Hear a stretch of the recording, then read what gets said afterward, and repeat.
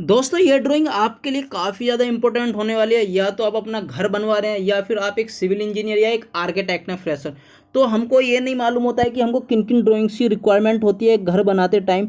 तो वही आज के इस वीडियो में हम कंप्लीट आपको समझाने वाले हैं किस किस कैसे किन किन ड्राइंग्स की रिक्वायरमेंट्स होती है सिविल वर्क के लिए।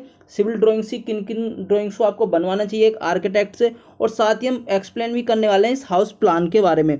तो सबसे पहले आज हम बात करेंगे केवल हाउस प्लान के बारे में, फिर हम नेक्स्ट वीडियो में इसी का हम लेके आने वाले हैं फुटिंग प्लान और लेआउट वगैरह भी डिस्कस करने वाले हैं। तो पहले डिस्कस कर लेते हैं कि किन किन ड्राइंग्स की हमको बेसिकली सिविल वर्क के लिए रिक्वायरमेंट होती है।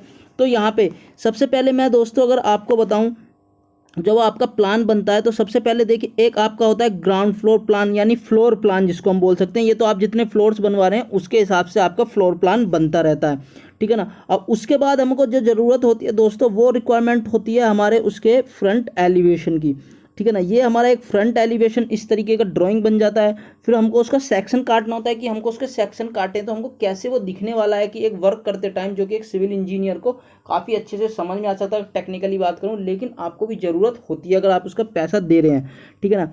और उसके साथ फिर एक हमारा होता है लेआउट प्लान। सबसे पहले एक वर्क को एग्जीक्यूट कराने के लिए हमको लेआउट प्लान की ज़रूरत होती है, ठीक है ना। उसमें हमारी सारी डायमेंशंस होती हैं कॉलम्स की, और हमारी जो ग्रिड लाइंस होती हैं उनकी कहाँ कहाँ से, ग्रिड लाइन मतलब मान के चलो एक सेंटर लाइन, आप एक जनरल लैंग्वेज में समझ लीजिए, उसकी रिक्वायरमेंट्स होती है कि कैसे उन सबको हम ड्रॉ करते हैं, कैसे हम उन सबको पता करते हैं कि कहाँ पे कौन सी लाइन आने वाली है।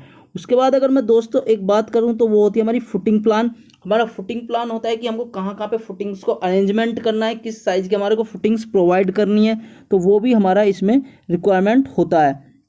उसके बाद अगर हम दोस्तों बात करते हैं तो हमारा आ जाता है यहाँ पे सेक्शन, ठीक है ना। ये हमारा सेक्शन ऑफ फुटिंग्स, जो हम सेक्शन काटते हैं, जो फुटिंग का सेक्शन काटेंगे तो उसमें हमको दिखता है कि इस फुटिंग में कितने का सरिया देना है, हमारे कॉलम में कितने का सरिया देना है, कितने नंबर ऑफ सरिया देने हैं, टाई बीम जो लगेगा उसमें कितने का देना है। फिर यहाँ पे हमारे टाई बीम का आपको यहाँ पे डिटेल दे दिया जाता है। ये हमारा होता है जो बेसिक स्ट्रक्चर खड़ा करते हैं उसका।